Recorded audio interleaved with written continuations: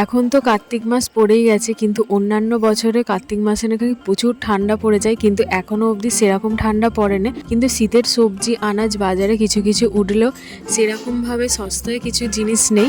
তবুও শীতে যেহেতু শীতের সবজি উঠেছে বাজারে, তার জন্য এখানে শীতের আনাজ দেখো। সকালবেলায় মাকে বলেছিলাম সিম ভাতে আলু বেগুন ভাতে সব দিয়ে একটা করেছিল রান্না টিফিনে, তো ডাল ভাতেও ছিল টিফিনে। এরকম সকাল সকাল সব সবজি সেদ্ধ দিয়ে ভাত খেতে বেশ ভালো লাগে। আর বেলার দিকটা করে এখানে শোকেসের আমি এই দিকগুলো গোছাচ্ছিলাম, যেহেতু ওইগুলো এখনও গোছানো হয় না, তো ওইগুলো গোছাতে বসেছিলাম।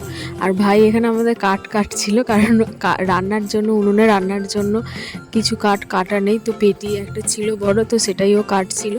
আর আমি এখানে এগুলো গোছাচ্ছিলাম। দুপুরে রান্না হয়েছিল মাছের ঝাল আর পালং শাকের চচ্চড়ি, আর আমার জন্য ছিল খিচুড়ি আর শাকের চচ্চড়ি দিয়ে আমি খাচ্ছিলাম, আর ডিম সেদ্ধ ছিল। সন্ধেবেলাটা করে ভাই এখানে বলছিল পাস্তা করবে, তো ও এখানে নিজেই পাস্তাটা সেদ্ধ বসাতে চলে গেছিলো, কারণ ও বলেছিল ও রান্নাটা করবে। কিন্তু আমি বললাম যে না সর, রান্নাটা আমি করে দিচ্ছি তোকে।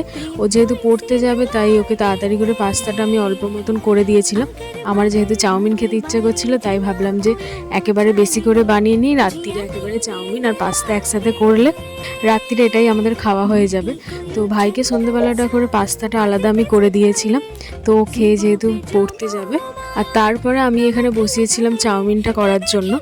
শীতকালে আর যাই হোক, সত্যি বলতে অনেক সবজি আনাজ সব কিছু পাওয়া যায়।